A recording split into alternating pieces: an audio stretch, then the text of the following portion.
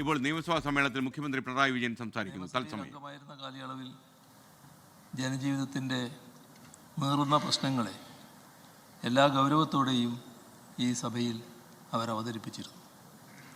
നിയമനിർമ്മാണമടക്കമുള്ള കാര്യങ്ങൾക്ക് ശ്രദ്ധേയമായ സംഭാവനകൾ നൽകി. അടിച്ചമർത്തപ്പെടുന്നവരുടെ ഭാഗത്താണ് എല്ലാ കാലത്തും ജമീലയുണ്ടായിരുന്നത്.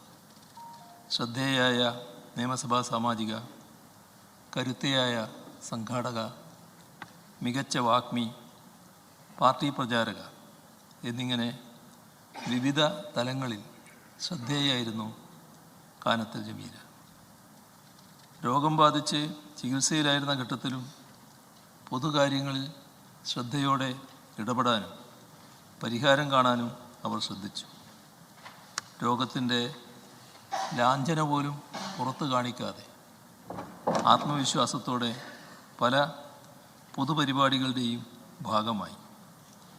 അതുകൊണ്ട് തന്നെ രോഗം ഭേദമായി വൈകാതെ തന്നെ കൂടുതൽ സജീവമായി അവർ പൊതുരംഗത്ത് പ്രവർത്തിക്കുമെന്ന് എല്ലാവരും ഉറച്ചു വിശ്വസിച്ചു. എന്നാൽ ഏവരെയും ദുഃഖത്തിലാഴ്ത്തിക്കൊണ്ട് കാനത്തിൽ ജമീല നമ്മെ വിട്ടുപിരിഞ്ഞു. അവരുമായി ബന്ധപ്പെട്ട ഒരുപാട് ഓർമ്മകളാണ് നമ്മളെല്ലാവരുടെയും മനസ്സിലുള്ളത്. അതൊന്നും ഒരിക്കലും മായുന്നതല്ല.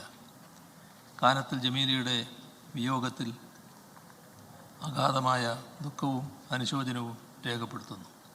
അവരുടെ സ്മരണയ്ക്കു മുന്നിൽ ആദരാഞ്ജലികൾ അർപ്പിക്കുന്നു. സഭയുടെ ദുഃഖത്തിൽ പങ്കുചേരുന്നു. ബഹുമാനപ്പെട്ട പ്രതിപക്ഷ നേതാവിന് വേണ്ടി ശ്രീ കെ ബാബു. അങ്ങും ബഹുമാനപ്പെട്ട മുഖ്യമന്ത്രിയും ശ്രീമതി കാനത്തിൽ ജമീലയുടെ വേർപാടുമായി ബന്ധപ്പെട്ട് നടത്തിയ കാര്യങ്ങളോടെല്ലാം ഞാനും എൻ്റെ പാർട്ടിയും യോജിക്കുകയാണ്. സർ, ത്രിതല പഞ്ചായത്ത് സംവിധാനത്തിൽ എല്ലാ തലങ്ങളിലും അംഗമാകാൻ സാധിച്ച അപൂർവം ആളുകളിൽ ഒരാളാണ് ശ്രീമതി കാനത്തിൽ ജമീല.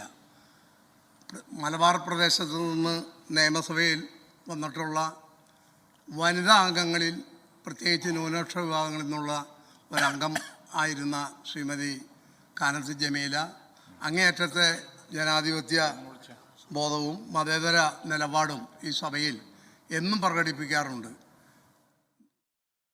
ലോകത്തെവിടെയായാലും ഏത് സമയത്തും 24 വാർത്തകളും ഓഗ്മെന്റഡ് റിയാലിറ്റി പാക്കേജുകളും എക്സ്പ്ലെയിനറുകളും വിശദമായി കാണാൻ ഞങ്ങളുടെ യൂട്യൂബ് ചാനൽ നിങ്ങൾക്ക് സബ്സ്ക്രൈബ് ചെയ്യാം.